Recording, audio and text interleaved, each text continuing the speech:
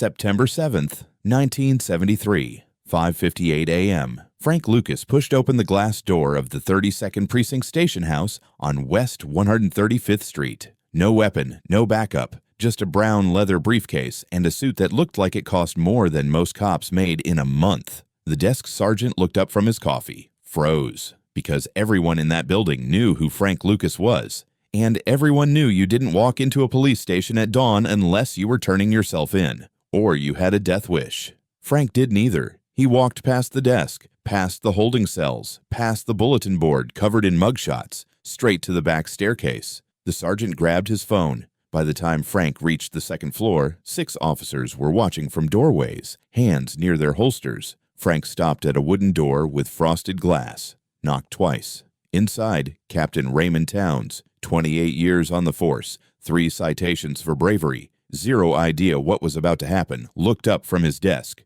saw Frank, and for 3 full seconds, didn't breathe. "Morning, Captain," Frank said. 31 minutes later, Captain Towns walked out of his office, handed his badge to the desk sergeant, and quit. No arrest, no shots, no backup, just 1 briefcase, and 4 things Frank Lucas showed him that he couldn't unsee. August 23, 1973, 11:40 p.m. 2 weeks before Frank walked into that precinct, a 19-year-old kid named Marcus Young was walking home from his dishwashing job. 2 unmarked cars boxed him in near 136th Street. 4 plainclothes cops got out. Captain Towns was one of them. "Marcus Young," Towns said. The kid nodded, terrified. "You work for Frank Lucas?" "Not a question." "I don't know, no." Towns grabbed him by the collar, shoved him against the car. "Don't lie. We've been watching you. You run bags twice a week. We have photos." They didn't. But Marcus didn't know that.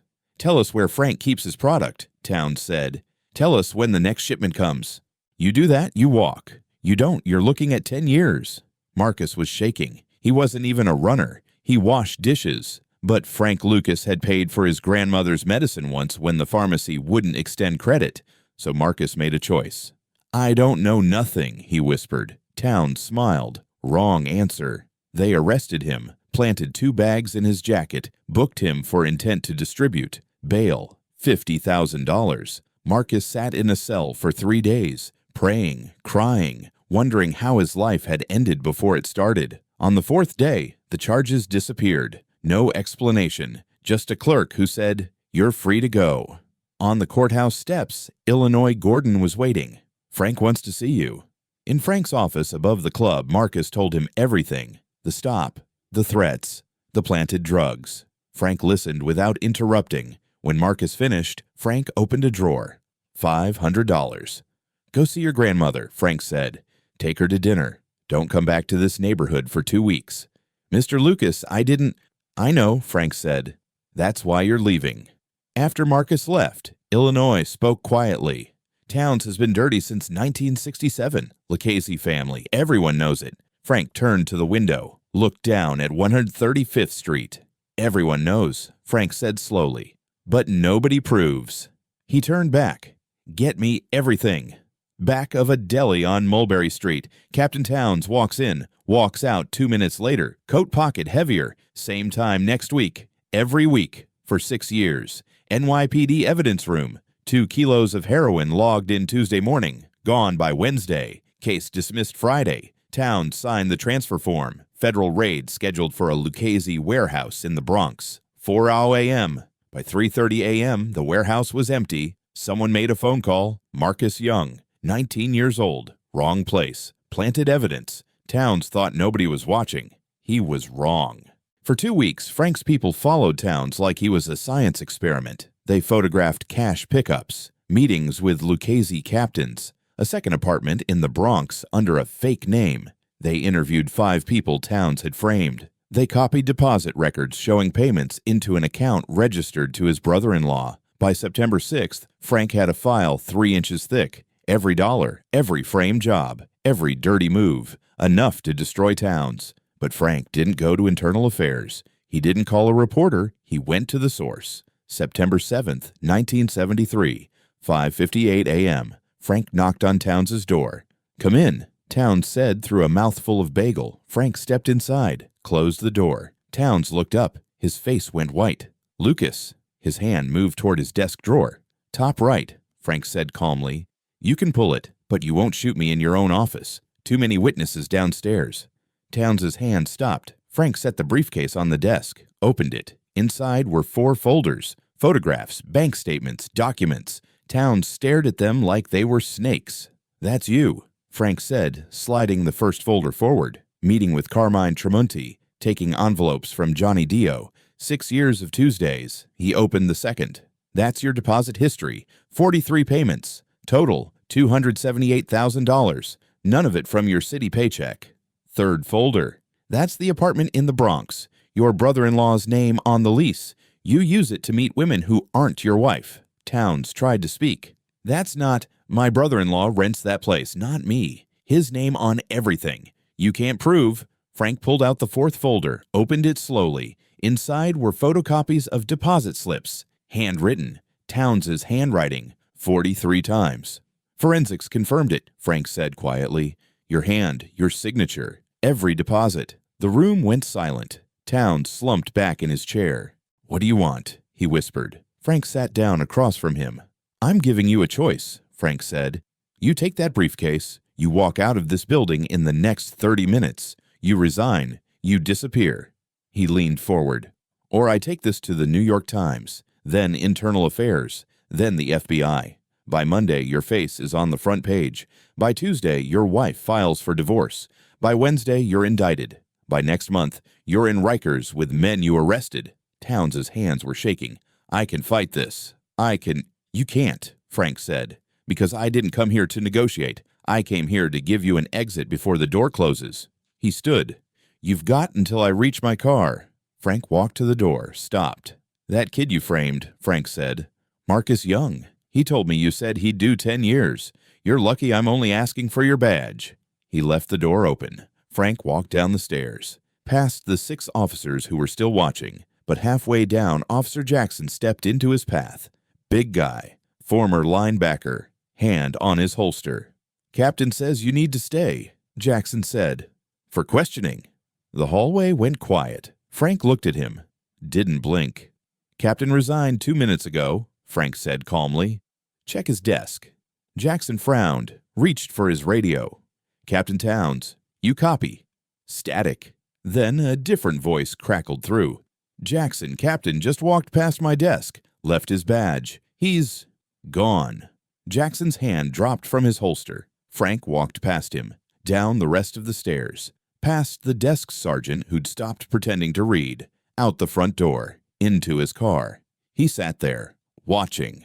5 minutes later, Captain Towns came down the stairs carrying a cardboard box. His badge was on top. He set it on the desk without a word and walked out the back exit. 31 minutes. By noon, every cop in Manhattan knew Captain Towns had resigned. No explanation. Just walked out. By evening, a Lucchese messenger showed up at Frank's club. Illinois met him at the door. "My bosses want to know what happened to their inside man," the messenger said. "He retired," Illinois said. "Why?"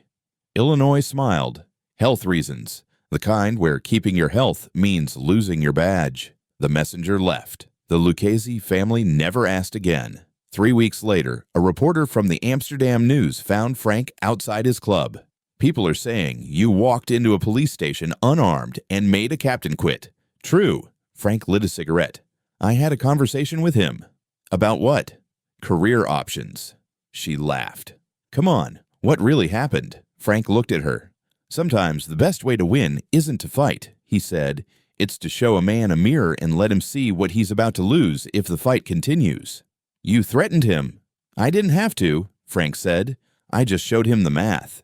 On the street, they told it different. They said Frank Lucas walked into the 32nd Precinct at dawn with nothing but a briefcase. They said he walked past a dozen armed cops like he owned the building. They said he sat down with the dirtiest captain in Harlem and showed him 4 folders that ended his career in 30 minutes. They said Towns was gone before breakfast. One version added a detail nobody could confirm. It said that after Towns left, Frank went back upstairs, retrieved the briefcase, but left one photograph on the desk. Towns shaking hands with a Lucchese captain outside a social club. No note, No threat, just a message. If you come back, we start where we left off. Towns never came back.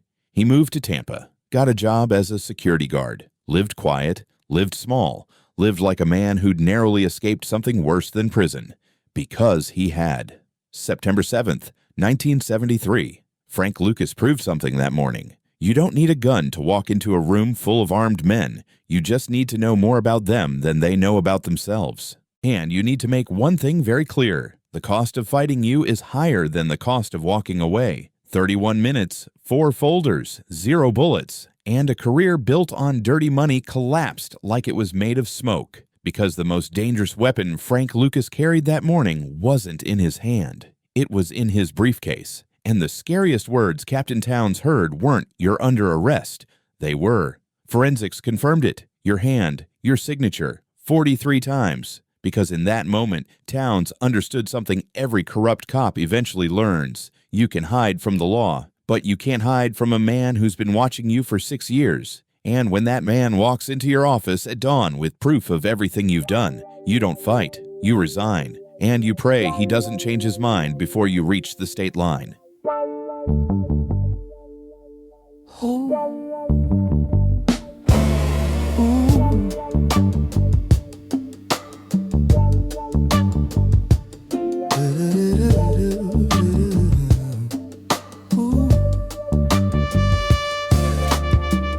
Four folders on the table, my name on every page.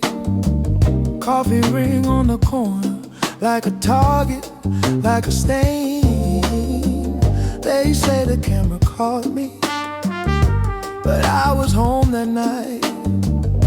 Their stories fit together, mine don't come out right.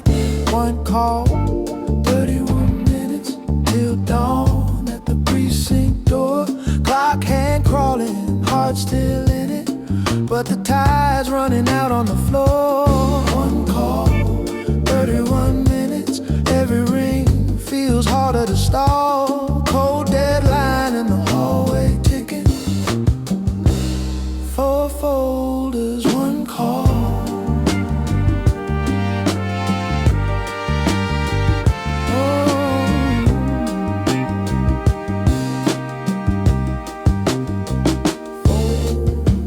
His tie's a little crooked, badge hangs like a dare. He smiles like he's my neighbor, but there's nothing friendly there. Says, "Kid, you look exhausted. Wi-Fi was gonna be." Slides a pen across the table, tries to write my history. Phone hums in a corner, my hands won't move at all. Mama sleeping through the sirens, name already on the wall. Till this sun through dirty glass, night peeling from the sky. Cold deadline breathing on my neck. I'm too young to say goodbye. Oh.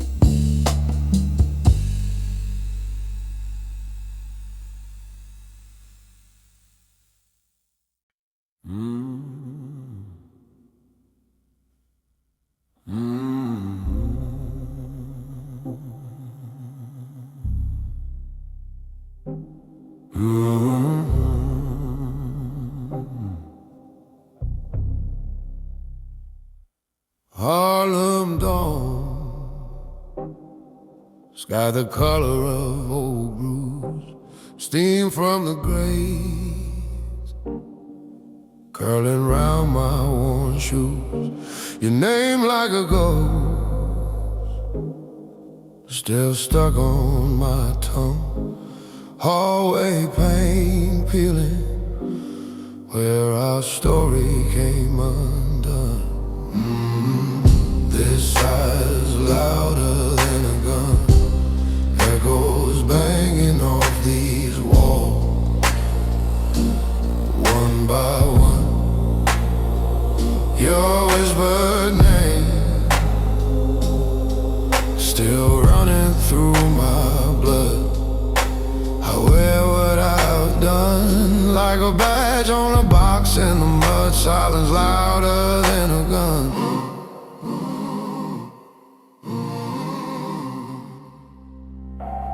Coffee gone cold on the chipped church step. Quiet doors locked, but I hear what they left. Your picture in a drawer with the dust in a file. Every choice I made, walking back up that mile. Silence louder than a gun, echoes banging off the walls, one by one, one by one. Your whispered name, still running through my blood. I wear what I've done like a badge on a box in the mud. Silent louder than a gun.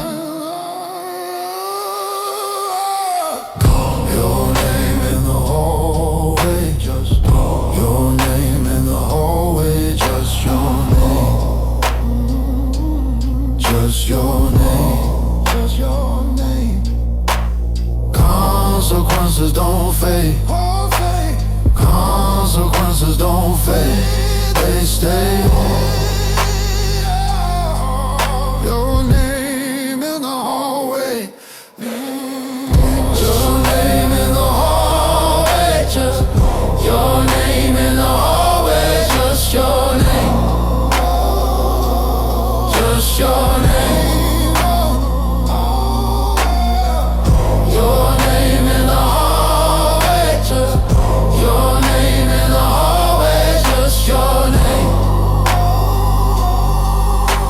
Silence speaks, it don't run away.